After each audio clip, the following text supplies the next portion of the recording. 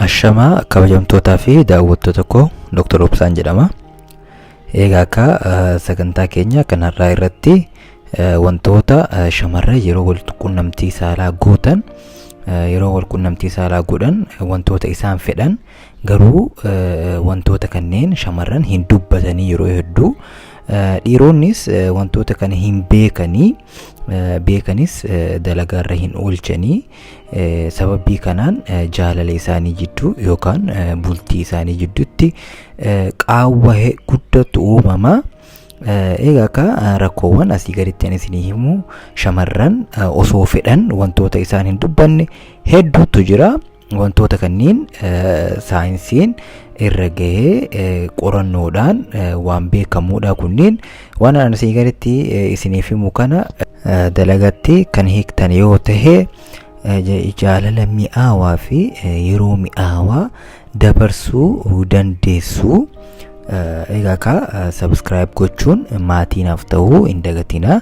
Akkasuma like gochuun hamilenaaf ta'a jecha gara barumsichaatti dabrina.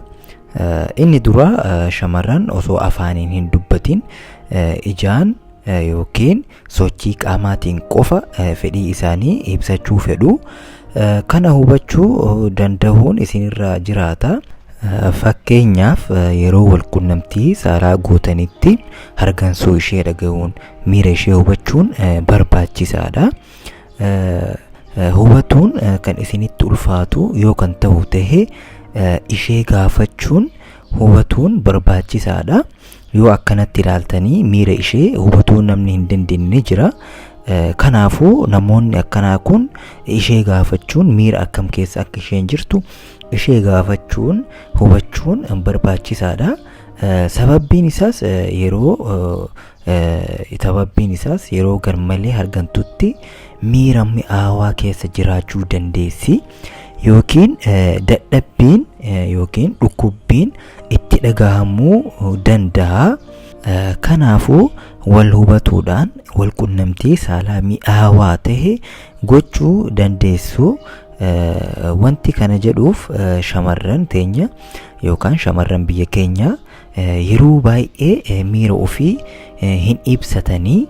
Kuni rakkoo of danda'e ta'us afaaniin osoo isheen hin dubbatin ishee hubatuun utubaa wal quunnamtii saalaati jechuu ni dandeenya.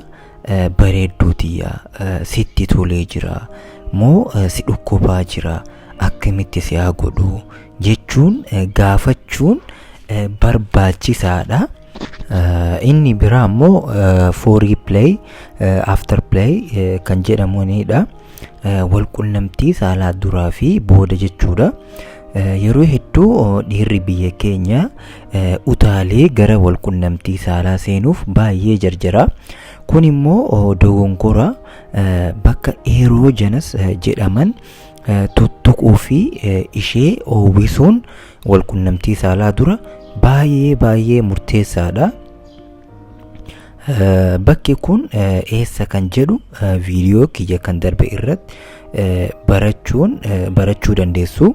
Foreplay wal quunnamtii saalaa dura sirritti wal dhungachuu, uffata osoo irraa hin baasin sirritti wal oowwisuun murteessaadha. Inni biraa immoo afterplay jechuun erga wal quunnamtii saalaa fixattanii booda utaaltanii ka'uu yookiin dugda keessan itti garagalchuun dogongora guddaadha. Wanti isin godhuu qabdan erga wal quunnamtii saalaa fixanii booda gara ishee garagaluun ishee dhungachuu akkasuma bareedduutiyya qashtiitiyya baay'ee namatti tolaa ture jechuu fi haasawuun taphatuun hedduu murteessaa fi barbaachisaadha. Maaliif eega wal quunnamtii saalaa gootanii fedhii keessan fixattanii yookaan dhangalaasanii fixattanii booda utaaltanii irraa ka'uun yookaan ofirraa dhiibuun kaatanii biraa firaashii jijjiirtanii yookaan bakka ciistan san ishee biraa kaatanii bakka biraa jijjiirtanii ciisuu kana godhuun dogongora guddaadha.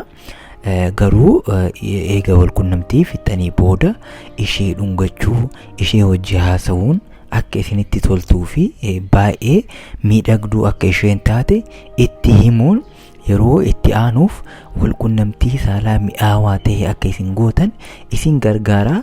Isheenis waan kana wal qunnamtii kana irra deddeebiin si wajji godhuuf hedduu barbaaddi ni hawwiti. Kanaaf wal qunnamtii keessan fokkataa fi jibbisiisaa akkasuma hifachiisaa akka hin taaneef wantoota kanneen irraa of eeggadhaa, of qusadhaa. Akkasuma eroojenas ishee barbaaduun sirritti ishee kakaasuun barbaachisaadha. Wal qunnamtii saalaaf utaaltanii harmarra bahuu yookaan utaaltanii qaama saalaa ishee keessa qaama saalaa keessan seensisuuf jarjaruun dogongora guddaadha. Eroojenas eessatti akka argama viidiyoo kiyya kan dabre irratti barnoota isiniif kennee ture. Warri haarawaa taatan achi deemuun viidiyoo kiyya san daawwachuu ni dandeessu. Yoo kana kan gootan ta'e wal qunnamtii saalaa mi'aawaa ta'e jaallee teessan yookaan haadha manaa keessan wajji dabarsuu ni dandeessu. Inni biraa immoo haasawaan ishee kakaasuudha. Haasawaan ishee kakaasuu dandeessu. Bareedduu tiyya, baay'ee bareedda, urjii fakkaata, ijaan qofa yoo kan sin argu ta'e nan quufaa, nan gammadaa jettanii itti himuudha. Kana isinirra ni beektan jedheen yaada. Kana yeroo isheen jettan wal qunnamtii saalaatiif qofa akka isin ishee hin barbaanne ibsuu dandeessu. Utaaltanii yeroo hunda wal qunnamtii saalaa qofa osoo hin taane jaalalaanis ishee gammachiisuu dandeessu. Jaalala ishee kennuun barbaachisaadha. Shamarreen tokko wal qunnamtii saalaatiif qopheessuuf jaalala ishee kennuun barbaachisaadha. Shamarri tokko wal qunnamtii saalaatiif nama tokko wajjin wal qunnamtii saalaa godhuuf jaalalli barbaachisaadha. Akka dhiiraati miti. Akka qorannoowwan garaagaraa mul'isanitti shamarran hedduun wal qunnamtii saalaatiif reedii ta'uuf jaalalli nama san xiqqollee taatu jaalatuu qabanii yookaan nama hin jaalanneef jaalala hin qabneef hanga fedhe bareedaa ta'us hanga fedhe hawwataa ta'us shamarreen sun isaaf miira hin qabdu jechuudha. Kanaafuu jaalleen ta'e wal qunnamtii saalaatiif wal qunnamtii saalaa mi'aawaa ta'e akkasii wajji gootu yoo kan barbaaddu ta'e jaalala kee isheef ibsuun barbaachisaadha. Isheenis akkasi jaalattu akka hawwattu ishee wajjin haasawa jaalalaa haasa'uun barbaachisaadha.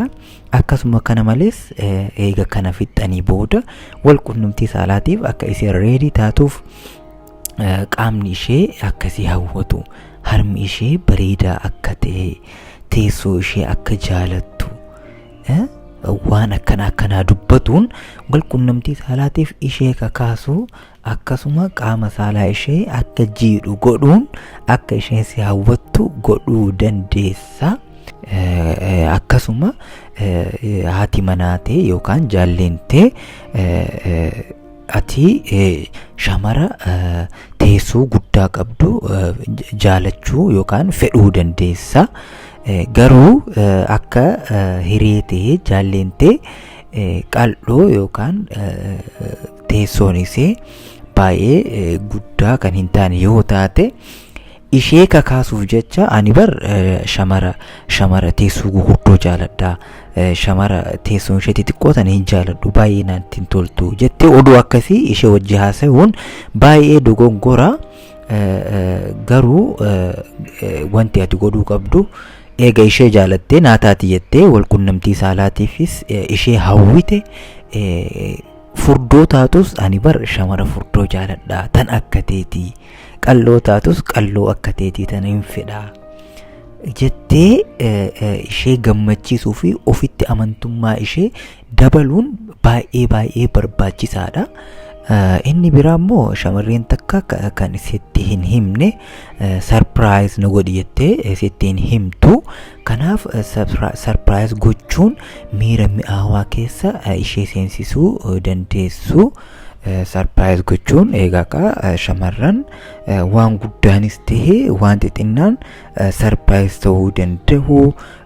Osoo isheen hin yaadin waan isheen hawwitu waan isheen feetu ishee godhuun ishee gammachiisuu fi refresh ishee godhuun barbaachisaa fi hedduu ishee gammachiisa. Kanaaf shamarreen waan qabxiilee an asii olitti isiniif hime afran kana hin dubbatanii yookaan abbaa manaa ofii yookaan jaallee ofiitti akkana naa godhi yookaan haasawa bareedaa na wajji haasawii sarpiraayiz na godhi forii pilee yookaan wal qunnamtii saalaa osoo hin eegaliin dura na tuttuqii na rirrigii na kakaasii jettee sitti hin himtu.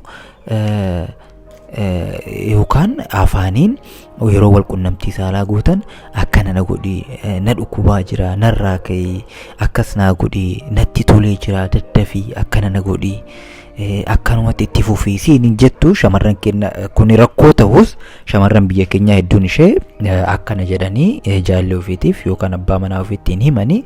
Kanaafuu dhiironni shamarran hubatuu fi osoo isaan afaaniin hin dubbatin miira qofa laaluun beekuun barbaachisaadha. Yoo kana kan hin dandeenye ta'e ishee gaafachuun irraa hubachuu dandeessu. Egaa haasawaan waan isin jidduu jiru hiikuun barbaachisaadha.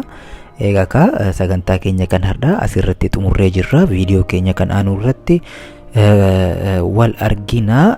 Subscribe gochuun maatii naaf taha, akkasuma like gochuun hamilee naaf taha. Viidiyoo itti aanuuf hamilee naaf taha jecha yaada keessan yookaan gaaffii keessan koomentii irra naaf kaayuu dandeessu. Yeroo itti aanutti deebii qabadheen kan isiniif dhufuuf taha. Fayyaa argadhaa, fayyaan dhabinaa.